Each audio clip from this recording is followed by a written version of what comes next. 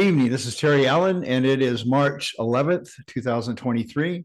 And this is Real Progress News. And I have with me tonight my guest, Brian Lantz. He's been on the show a couple of times already, and we are going to get an update on everything that's been going on, all of the stuff about the hearings and what's going on with the economy, Ukraine war. So, Brian, you have been with the LaRouche organization for many, many years. You're the economics expert, written a lot of articles and books and things. So maybe you can just start updating us on what the latest thing is with, I guess it's the Ukraine war, probably. Well, yeah, no. Okay. Let me say that, the Ukraine war is there, or the conflict, the Russia special operation. Mm-hmm. And unless saner heads prevail in the West, this will become a broad scale and probably thermonuclear war, and that's not a good thing. So it's important that that be headed off. But the actual initiative to head that off is exemplified by 2 weeks ago, what some of the press called Trump's trifecta. His intervention, his trip to to Ohio, to the town there where the train derailment occurred. East Palestine, yeah. Yeah, East Palestine. Palestine, yes, you're right. And the big impact that had, I mean, you couldn't get Biden there. You couldn't even get Buttigieg there. Trump came in, and then finally the EPA and everybody else started showing up. But President Trump came there with aid, brought in water, food, whatever, took paid for the lunches for the fire station, for the policemen and so forth, but conveyed the message: you're not forgotten here. We're going to make sure this gets straightened out. And of course, then you had the J.D. Vance, the senator from Ohio, recently elected, saying, look, we need to ensure federal funds, along with funds from Norfolk Southern, go into East Palestine, not just in the short term, but over the long term, to rebuild, to secure the households. The capital flight is going on. I mean, it's like this week we got Silicon Valley Bank going bankrupt, and down there in over there in California, capital flight. East Palestine, though, is a town. It's people. It's 5,000 people in surrounding community. So, here's an actual intervention by J.D. Vance, Trump's endorsed, and Trump into the situation and saying, we're going to get something done about this. You've got our back. And then you had his intervention saying again, I will negotiate the Ukraine war and into it. I can get President Putin and Zelensky at the table with me, and we can negotiate an end to this. And I think we can do it within 24 hours. Biden's not proposing to negotiate anything. Nobody else is. Not even the Pope at this point. So look, the point is, Trump is took the initiative on this. And thirdly, he said, I'm reelected. I'm taking down the deep state. That's going to be a priority at the top of my list. It's going to be gone. Yes. It's going to be gone within the military, within the Pentagon, within the intelligence services, so-called the unintelligent services, and so forth. And it's going to be gone. So, that's a very clear message. That's not DeSantis mealy-mouthing around this and that and so on and so forth and pushing buttons. And it's not Mitch McConnell, and certainly not the Democrats, the Demorats, or whatever you want to call them these days. They're certainly not the Democrats of FDR or John F. Kennedy. So Trump is saying here, we have a way out. We can get out of this crisis. I'm willing to provide the leadership. So I think that's the key take home on Ukraine is Trump's initiative to bring the conflicting parties to the table. And China, of course, has an initiative now. There's an interesting wrinkle on that. China just negotiated this agreement between Iran and Saudi Arabia, Sunni and Shia, bringing them together, ending the confrontation, showdown expressed in Yemen and elsewhere, where Shia and Sunni have been played off by the oligarchy, Western oligarchy, the British oligarchy against each other. China stepped in and is now winding that down, and they're opening up diplomatic relations and so on and so forth. And that was negotiated in Beijing. Anyway, that's another wrinkle in this. But the point is that there's a set of solutions here. But it really fundamentally comes back to resting on the U.S., the American people, getting off our asses and taking responsibility for our nation. We've been sitting here, we whine, we beat our chests, we protest. We respond to push button issues that are presented by both political parties, but we don't take responsibility for guaranteeing the direction of our nation's future.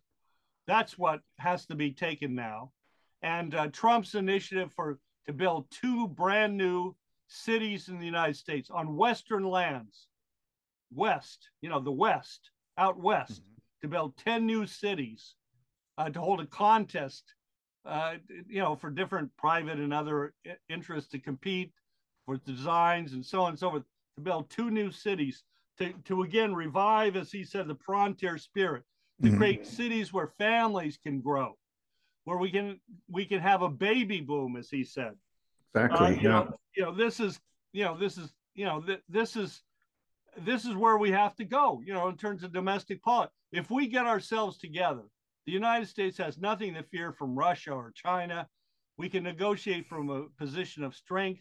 We don't have to agree with them. They don't have to agree with us. Yeah. They've got their system. We got ours. But we can negotiate, on that basis, mano a mano, if you will, or whatever. Exactly. Yeah. So I think that's the task. But Trump can't do it alone. I mean, this is up to the American people to break out. And I think that's where it comes in, Terry, to what you were mentioning about the hearings this week. Schellenberger and Taibbi testifying in Congress. And of course, you had Tucker Carlson's, showings of the videotapes, showing that the so-called riot, the January 6th riot, was no such riot or attempt to occupy the White House or occupy, Washington or anything of the sort. Quite the opposite. That this was a fabrication. Exactly. But Taibbi and Schellenberger, really making the point about the way in which the mass media, we think of as the major media or whatever, is being utilized, including social media, to orchestrate a control mechanism. And that control mechanism is not just that they shape their game, their agenda, and they say, this is what we want you to think. They also move in to control the opposition and shape what the opposition is. So the opposition is also controlled. And so then, there's no sanity or very little of it that's allowed, right? And if you go back and read the book 1984 by George Orwell, you see that's exactly what George Orwell stated that they would set up. That's how he foresaw the future of mind control. They would work both sides of the street. You got Karl Rove and the Bush crowd around DeSantis, backing DeSantis, pushing the buttons on, social networks and gender mutilation. And I mean, it's horrendous stuff, and it's got to be stopped. But, it's push button issues, and then you got the crazies on the Democratic side. Well, hold on a second. Trump is addressing the fundamental issues. We got to elaborate those solutions in terms of those fundamental issues, rather than just being sucked into, you know, choosing sides like it's a football game. Exactly. That's my sermon. Okay. Great, thank you. Yeah, I was watching some of the hearings, and it's absurd. The Democrats are saying there's nothing to see here. This is being cherry picked. But if you look at the January 6th hearings, there's where you had your cherry picking, because they didn't show any of this stuff that Tucker's being able to put out. And it's just mind blowing how stupid these people really think we are. And they're just, because they know they're going down, and they got to hang together and just lie as much as they can, and try to deflect. Nothing to see here, Elon Musk is the richest man in the world, and matttaibbi is just his stenographer. I mean, what these people are insane. They really are. God. Well, yeah, they're grasping at straws. Sure, They're desperate. Look, it's really remarkable. At least to a lot of people, it's remarkable. What's happening. That they're not operating from a position of strength. Here they thought they could pull all the strings. They've been pulling the strings since they orchestrated Obama coming into the White House, and Cass Sunstein and that whole crowd. And, this whole idea that you can use social media and major media outlets, and you could mind control, right? Yeah, that's what they're doing. What's happening, Terry, right? It's blowing up. I know. It ain't working. It's like, pull back the curtain. It's just a little frail person. They're a little tiny little shriveled up guy behind the curtain. There's nothing there. So I think that's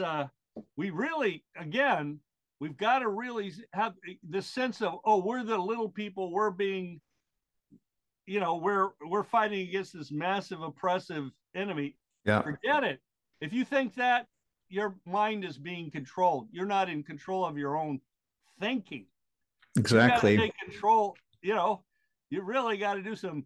They use this phrase. It's overused, but this phrase, critical think. You got to do some critical. You got to do some self-conscious. Yeah. Well, at this point, they just need to think. Basic thinking. Yes. Because we're not on the defensive. If you're back there still trying to figure out what's going on, well, we're advancing. You're back there behind the lines. We're out here moving forward. We're advancing. We're moving forward. Hey, buddy, you better catch up with us. This is their Achilles heel. I think this is the one way we're going to take down the deep state, I think, because like matttaibbi was saying, this is not a Democratic Republican Party issue. Both sides were doing this. Every government agency, they had portholes in the back through this the Twitter software. I think at one point Elon Musk was saying they're going to have to scrap the whole thing because all this software is just, he says, it's a mess. There's portholes coming in and out, and they've got different channels, the FBI over here, CIA over here, National Security Agency. It's like everybody saying, take this down. He said there's thousands of tweets and names they had on these lists. He says it's the biggest bunch of bullshit you've ever seen. These people are so, I don't know if they're just so arrogant that they don't think they can be caught anymore. It's just right in our faces. And then the Democrats coming in saying, there's nothing to see here. God, it's right there. The evidence is there.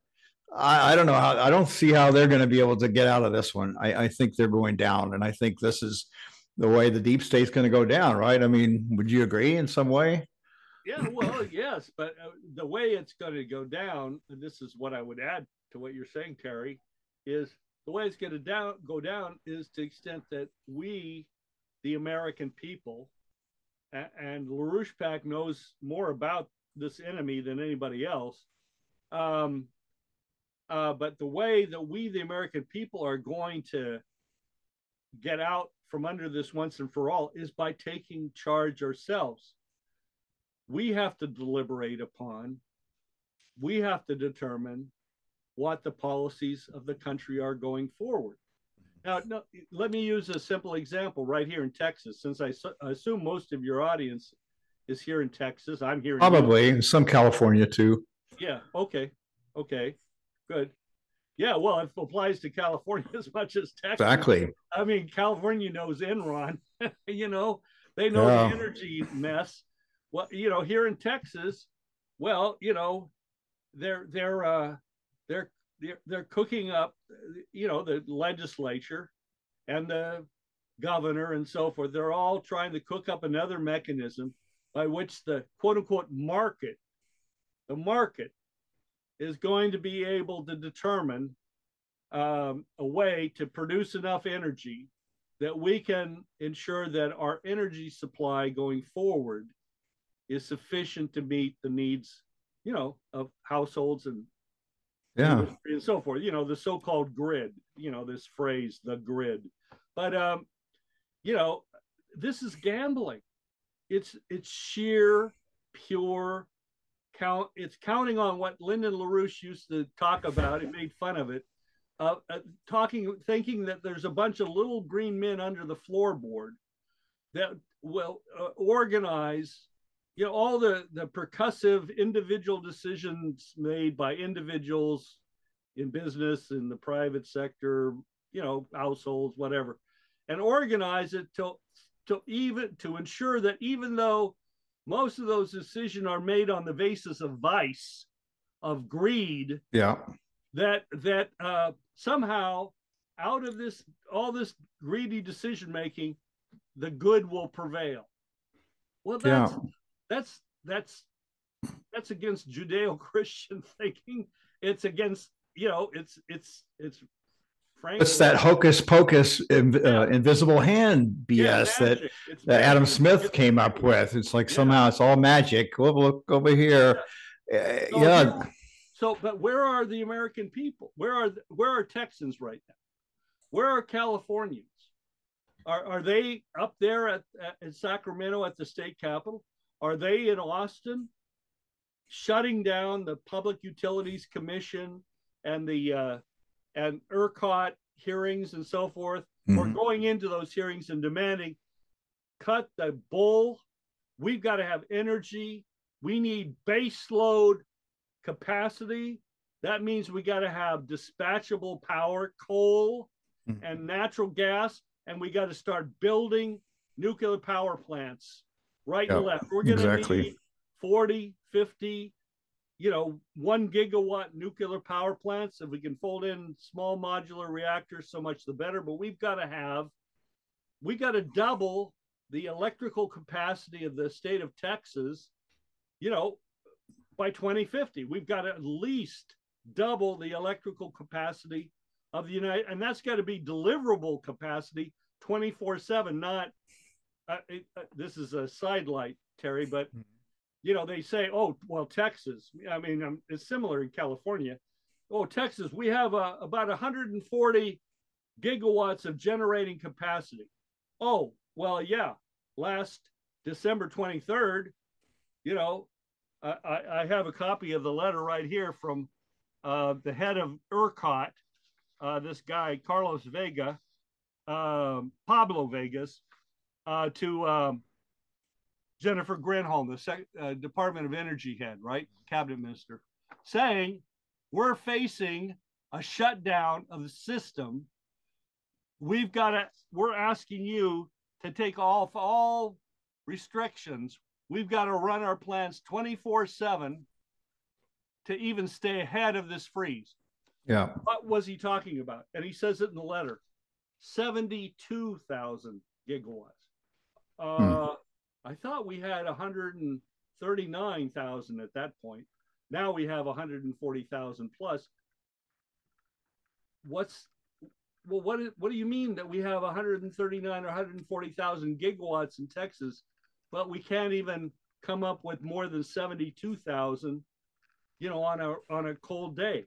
Yeah, I think that's when the wind is blowing really fast and the sun is shining really bright. That's when you're full, because they're just throwing up solar panels in everybody's houses. And I can tell you that is a scam, because I fell into it because, you know, they said you get back what you they put it back onto the grid. But during the summer, you can generate some, and you can get your electric bill down. But as soon as it starts to get colder, you get the scum buildup on the solar panels, and before you know it, you generate almost nothing.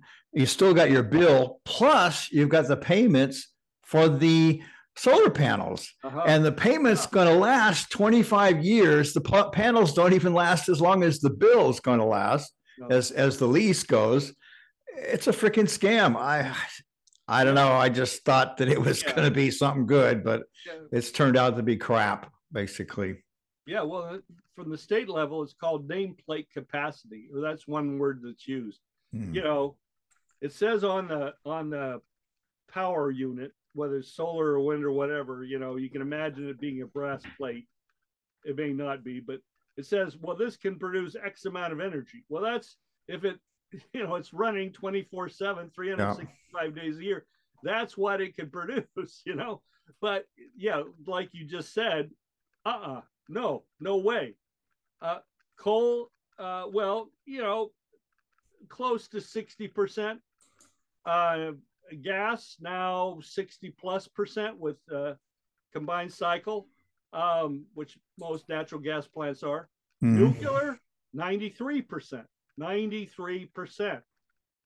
Okay, that's what we need. We need base load. That's what you mean by base load. What's reliable 24/7, 365? You got to have base load. Don't talk to me. Governor Abbott can wave his hands. The legislature can wave its hands about we have all this power, but they're talking about. They call it generating capacity in a perfect world, yeah. And it's La La Land, and it's just right out of like Enron and so forth. Anyway, but my point otherwise politically was Texans are sitting back and they're still leaving it. And I'm not. I voted for Abbott. I'm just saying, because the other guy was even worse. But the point is, if you leave it to them, they're going to gamble. Remember, Governor Abbott signed into law last year. He signed into law this bill called the Virtual Currency Bill, which to support cryptocurrency, right? He said that Texas will be the centerpiece of the Bitcoin movement. It will be the cutting edge of innovation. Well, what was he talking about? Well, you got all this wind producing power out there in West Texas, but you can't get it all onto the grid, on a hot summer day. Oh, well, crypto. Oh, well, let's let these crypto companies set up. They can use that energy, and they agree that they'll shut down when the energy is needed elsewhere. Well, you mean when they're doing the mining, Bitcoin mining? Is that because they use as much electricity as I think the whole country of, I don't know what they said, Belgium or something generates. Well, it's insane. ERCOT's assessment was that crypto mining in West Texas could eventually end up using 4 times the energy consumption as the city of New York. Yeah. Okay. But they were saying, hey, this is a gold mine. Well, we all know what happened to Blankman-Fried and, crypto and, right? Yeah. I mean, it's just tokens. It's kind of like stocks. I mean, I've studied a little bit about the blockchain, and there are some applications for blockchain that's good, but as a currency, when you're just generating tokens that you can take to the laundromat or something, basically, they're gambling on the token value. It's the same thing that they're gambling on the stock market. That's where you get I mean, what Bitcoin's worth now is way more than that it has no function. Bitcoin, Bitcoin is not fast enough. The blockchain is not fast enough to really do any work. But it's just the one that came first. Well, that's why everybody likes it. A reserve-based currency of a government is backed by the government. Right. There's nothing backing Bitcoin. There's nothing. All the power shuts down. Oh no. You got nothing. Everybody's sitting around, look at their codes, going, "Oh shit, what do I do with this now?" So Governor Abbott and Rick Perry, the former governor of Texas, who did some good things as Department of Energy head under Trump, supporting nuclear energy, anyway, that's another subject, but very good things. Well, Rick Perry's now the face of legalizing gambling in Texas. And Governor Abbott supports the legalization of gambling. And the legislation to legalize gambling in this session was introduced by Democrats. So you're going to leave the future of Texas to gambling on energy, on this crypto mining insanity, on literal gambling in terms of casinos. I mean, the population of Texas, and again, I say it's the same in California. It's the same all over the country. The American people have to step forward and say enough is enough. We say there's got to be base load.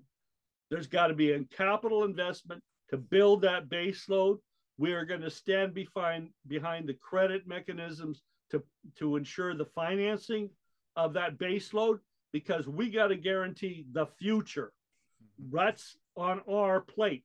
We now have to build what we are going to require tomorrow. The future has to determine the present. Back to the future. And, yeah, exactly. Yeah, and getting off our duffs, and as opposed to being couch potatoes and pontificators and cork sniffers and whatnot, we've got to actually be the policymakers and not accept no for an answer. And that means we got to be informed, right? Mm-hmm. We got to be educated. We got to educate ourselves. So, okay, so let's do it. Yeah, exactly. I wanted to find out what happened with Mindy Petchenook and her resolution that she took to Sacramento about getting Trump involved in the negotiating of peace between Russia and Ukraine. Do you have any updates on that? Oh, no, I don't. I don't know where that stands. We had a similar Congressman Nels here in Texas, just his district is just south of Houston proper, called on President Biden to call up President Trump and bring him in. Mm-hmm. And we've circulated resolutions here, which was picked up by Mindy and others out there in California. Mm-hmm. So that battle's ongoing in the Republican Party to get again this question of getting Republicans off their butts. Exactly. Because look, Karl Rove, people don't get this. Karl Rove does all this polling and da-da-da-da-da-da. He's, if you remember George George W. Bush, yeah, called Karl Rove Turd Blossom. That was his nickname for him. But Karl Rove is this guy that's, he determines, here's the push button issues. This is what you really, if you want to get reelected or you want to get elected, you want to push these buttons. See, our polls show you that these are the really important issues. And these issues over here, like the one Trump's are proposing, no, you want to stay away from those. Those are too controversial. You want to avoid controversy. You want to go with the issues that people support and da-da-da-da-da-da. This is the disease, of the Bush crowd in the Republican Party. So it's a fight, but it's a good fight.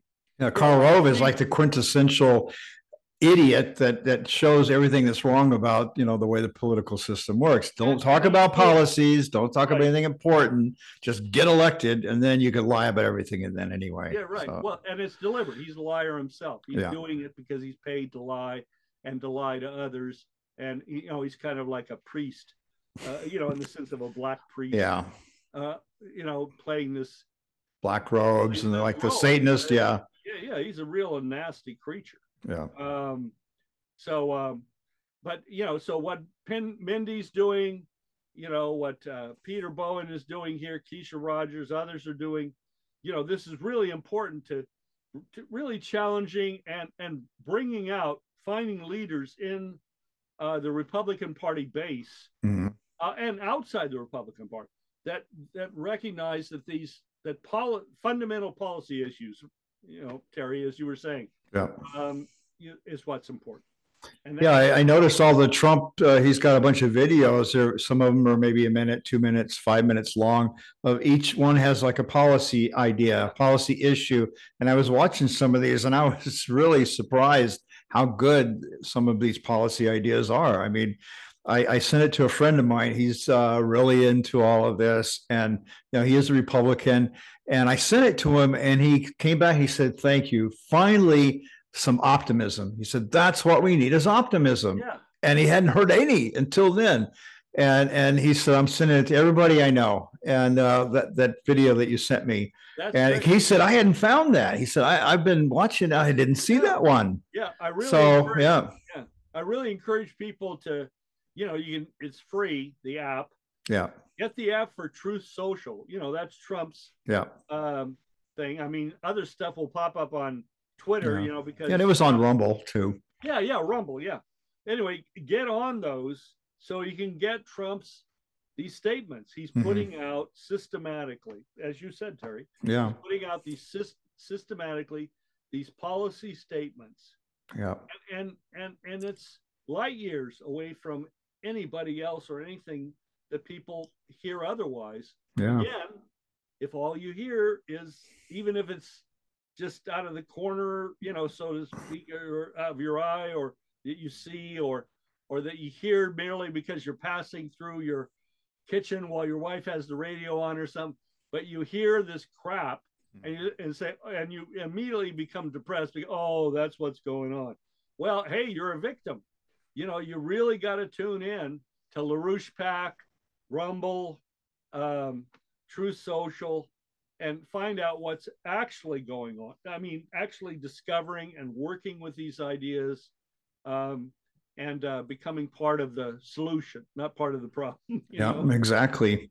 Yeah, and still calling our congressmen, senators, and pushing to nail the the deep state and the all of these group organizations that were violating our First Amendment rights. Go after these people. We got to mow them down basically with lawnmowers. They have the opportunity. Yeah. I mean, these hearings are really important. These hearings on investigating the weaponization of the federal government, Jordan, the Jordan committee. This is really important, powerful, what's being brought out there, with Michael Schellenberger, with Matt-Taibbi, but also what Musk is doing, putting these Twitter files out there. Yeah. But also then you have these bills, to end the funding to the U.S. forces in Syria. I mean, the fact that we have forces in Syria. I think that was Matt Gaetz, right? That was putting forward that. Yeah, that was good. Yeah. I never thought I'd be a Republican. I never thought in a million years that I would vote for Republicans, but it looks like I probably will this time. And a lot of people I know are starting to say, hey, it's these people, these fascists right now in the Democratic Party, and that's what they are. I mean, when you're violating First Amendment rights and you are, shutting down speech and going after your political opponents, and that's what fascists do. It's very simple. I don't know. I'm very hopeful. I'm very hopeful something's going to happen out of this. Yeah. Yes, I agree. Yeah. So it looks like I am running out of time here.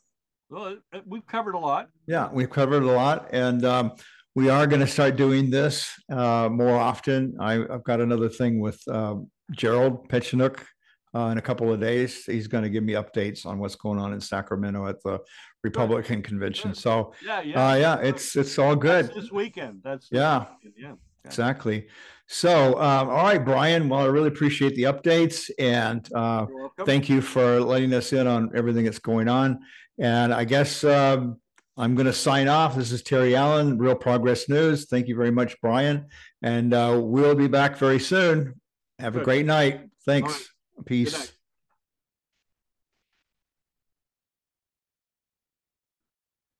Okay, I'll just cut it right there. Okay. It's gonna shut me off here just any second now. Yeah. So, okay, I'm gonna have to buy the upgrade so that I can run longer. Oh no, I think 30 minutes is a good length. Yeah, that's probably a good idea because Yeah, it could go on and on. I mean, if you want to spend the money, you can. But I'm saying Yeah, I I don't wouldn't want worry to. about it. I wouldn't worry about it. Okay, that's perfect. All right, well, I appreciate it. I'll be in touch soon. I'll post Okay. this very Okay, soon. Terry. All Thanks, right. Brian. Good Let me night. know any feedback. I'm always interested, just in terms of, what people are thinking, saying. Yeah, You know. So exactly. okay. All right, take Have a care. good Bye. Sunday. Have a good trip. You too. Bye.